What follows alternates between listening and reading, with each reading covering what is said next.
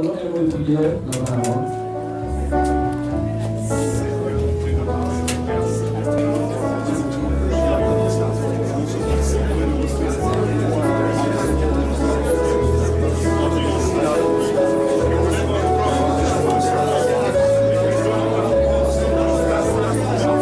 Seigneur Dieu Tout-Puissant, nous sommes infiniment reconnaissants de ta grâce ce matin. Nous te remettons toutes choses entre tes mains ce matin.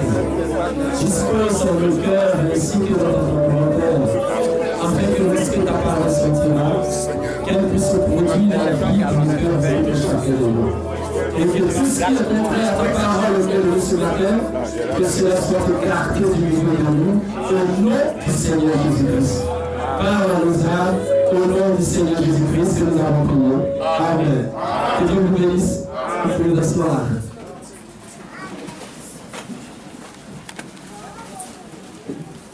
Que le Seigneur vous bénisse. Et je vous salue tous au nom du Seigneur Jésus-Christ. Que la grâce de Dieu soit avec nous ce matin. Je crois que nous sommes heureux d'être dans sa présence. Amen. Comme chaque chose à son temps, nous allons quand même écouter la parole de Dieu. Je ne serai pas long. Apporter quelques exhortations pour introduire notre bien-aimé frère dans la consécration. Que Dieu bénisse l'assemblée ce matin. Je salue mon père là ce matin. Que Dieu le bénisse. Amen. Nous allons prendre une portion de l'écriture dans Matthieu le chapitre 17, le verset 1 à 6. Pour le respect de la parole, quand tu es debout, frère, tu vas lire les deux premiers versets rapidement. 6 jours après, Jésus prit avec lui Pierre, Jacques et Jean, son frère, et il les conduisit à l'écart sur une haute montagne. Il fut transfiguré devant eux, son visage était resplendissant comme le soleil, et ses vêtements devenaient blancs comme la lumière. Que Dieu bénisse sa parole, pour vous asseoir. Et voici Moïse et Élie leur apparus, s'entretenant avec lui. Pierre prenant la parole dit à Jésus, Seigneur, il est bon que nous soyons ici. Si tu le veux, je dresserai ici 3 tentes, une pour toi, une pour Moïse et une pour Élie. Comme il parlait encore, une lumineuse les couvrit. Et voici une voix fit entendre de la voix cette parole. Celui-ci est mon fils bien-aimé, en qui j'ai mis toute mon affection. Écoutez-le. Que la parole du Seigneur soit bénie. Amen. Que le Seigneur nous accorde encore la compréhension de sa parole. Amen. Je crois qu'il y a des ministres derrière moi et tout le peuple qui vient d'écouter la parole. Apparemment, quand nous regardons ce verset, ça ne ressort pas quelque chose qui est lié à la consécration. Mais comme nous savons, derrière toute écriture, il y a une forte inspiration. Derrière toute écriture, il y a une forte inspiration. Et quand nous allons commencer à présenter cela, vous allez voir. Nous allons prendre le second verset, Esdras, chapitre 2, le verset 61 à 63. Esdras, le chapitre 2, le verset 61 à 63.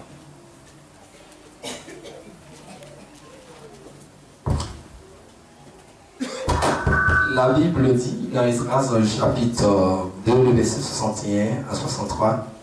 Et parmi les fils des sacrificateurs, les fils d'Abaja, les fils d'Akor, les fils de Barzillai, qui avaient pris pour femme une des filles de Barzillai, le Galadite, et lui appelé de leur nom.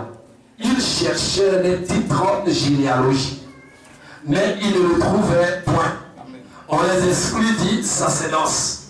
Et le gouverneur leur dit de ne pas manger des choses très saines, jusqu'à ce que le sacrificateur ait consulté Louis et Toumine. Que la parole du Seigneur en soit bénie. Bien-aimés frères et bien-aimés sœurs, nous devons comprendre que Dieu est lié à sa parole. Amen. Dieu est uniquement lié à sa parole. Dieu n'est pas lié à l'interprétation de la pensée humaine. Car l'apôtre Paul dit dans Romains 3, le verset 4, que la parole de soit reconnu mensonge. Celle de Dieu vrai. Quel que soit le titre que tu porteras, tout message que tu apporteras en ayant de cette écriture, le Dieu du ciel te traitera de menteur. Pas une injure, mais c'est une réalité. Tu ne veux exprimer ce que tu es. Mais si nous sommes de Dieu, nous devons dire tel que Dieu le dit. Afin que cela produira la vie dans notre âme. Amen. Et ici, cette écriture déclare, il y avait des sacrificateurs qui avaient commencé à poser ces actions. Et le gouverneur dit, il cherchait les titres en généalogie, mais il ne le trouvait point. On les exclut du sacerdoce. C'était effectivement des sacrificateurs qui avaient des grandes fonctions, qui prêchaient.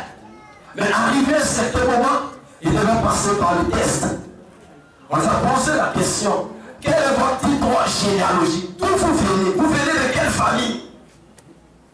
Et le gouverneur dit, non, restez tranquille. Quand on vous regarde, c'est vrai que vous êtes dans les sacerdoces. Mais lorsque nous analysons, nous voyons qu'il y a quelque chose qui manque en vous. Quelle est cette chose? Dis-moi d'où tu viens, je te dirai qui tu es. Dis-moi d'où tu viens, je te dirai qui tu es et où tu iras. Nous savons où est quitté Judas et nous savons où il est parti. Mais vous, ces sacrificateurs-là, quand on vous regarde, vous ne venez pas des titres généalogiques. Et vous dites que non, vous êtes les sacrificateurs. On les a mis hors du sacerdoce. Quand on a fini de les mettre dans le sacerdoce, la Bible dit maintenant on devait chercher les titres généalogiques. On devait chercher leur origine. La généalogie est liée par les ancêtres. Tout homme qui naît sur la terre a une généalogie. Tout homme ici a une généalogie. Mais eux, ils n'avaient pas de généalogie. On les a mis dehors. Donc ce matin, nous verrons quelle est la généalogie du frère, du pasteur. Parce qu'il faut qu'on trouve sa généalogie. S'il n'a pas de généalogie, on arrête la cérémonie et on lui dit dehors. Il t'a bougé. Mais dites amen. Oui, c'est vrai. Vous êtes avec moi? Cela commence à descendre. Ah.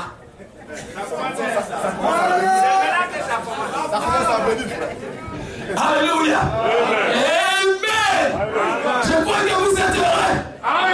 Parce que chacun doit connaître sa généalogie. Et naturellement, c'est un dégât. Donc, quand on montre dans l'origine un dégât, on doit voir celui qui l'a conçu. Et celui qui est mieux placé pour présenter son Père, c'est lui-même. Il dit, d'où je viens, voici mon Père. Et celui qui est mieux placé pour présenter son grand-père, ce n'est pas lui.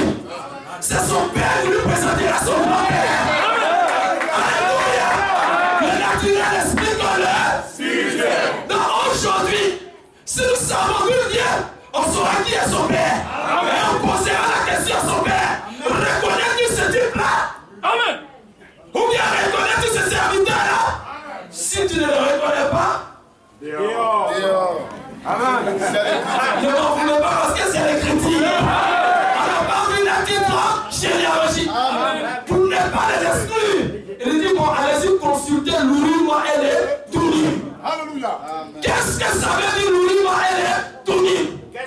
Exode 28, le verset 30. Alléluia. On va passer un peu dans les Écritures, revenir et sortir dans Matthieu pour expliquer 6 jours après. Il y a une voix qui s'est faite dans tout. 6 jours. Donc après 6 jours, on entre dans un autre jour. Amen. C'est là que nous allons conclure. Exode 28, verset 30.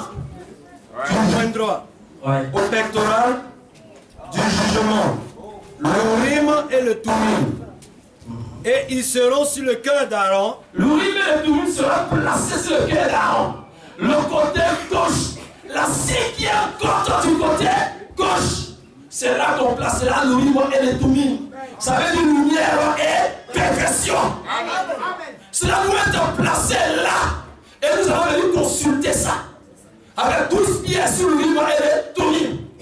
Quiconque viendrait consulter cela, expliquer son songe, expliquer sa vision, il faut que toutes les pièces s'allument. C'est une préfiguration de Éphésiens 2, le verset 20. L'église du Seigneur est partie sur le fondement des apôtres et Jésus-Christ est lui-même la révélation de ce qu'il est aujourd'hui. Vous êtes avec moi?